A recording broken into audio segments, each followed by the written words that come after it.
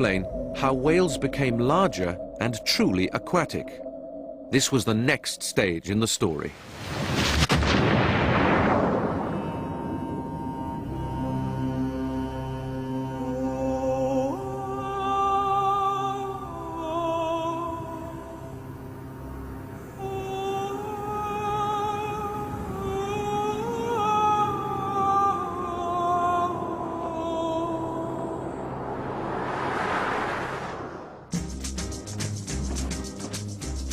It's the last place on Earth you'd expect to find anything to do with water.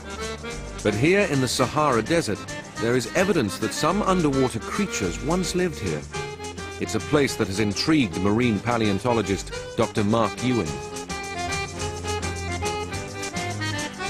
40 million years ago, this whole area was covered with a vast ocean that we call the Tethys Sea. It extended from the North Atlantic across the Mediterranean and covering much of North Africa and northern India. And the water would have come in here not just covering the valleys, but covering even the highest peaks.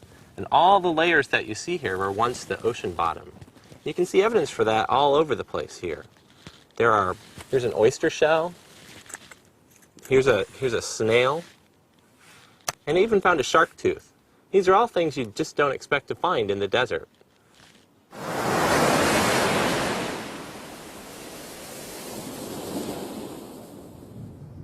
Something else you don't expect to find are giant whales. When skeletons like these were first discovered in the 19th century, they were thought to be the remains of huge sea serpents. They were named Basilosaurus, which means king lizard. But Basilosaurus was no giant lizard. It has a mouthful of unmistakably mammalian teeth.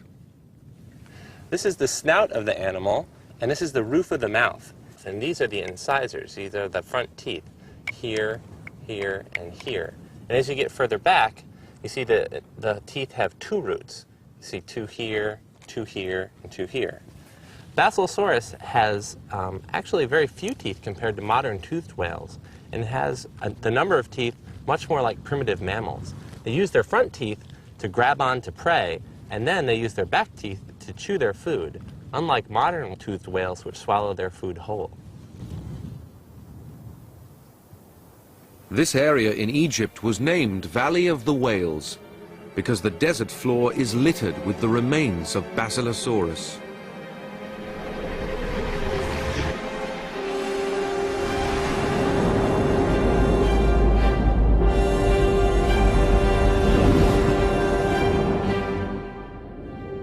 These creatures were giant predators, but they weren't quite like modern whales yet. Their bodies were long and snake-like, and they still had some primitive characteristics that linked them back to their ancestors on land. These are the back legs of Basilosaurus. You can see here the pelvis, the femur, the kneecap, the lower leg, and the foot, which even has little toes on it. These tiny hind legs weren't attached to the backbone, and their small size shows us that they couldn't support the body weight on land. So if they weren't used for walking, what could they have been used for? Well, one idea is they were used as sexual claspers, that the male and female used them to hook up during mating and hold on while they mated.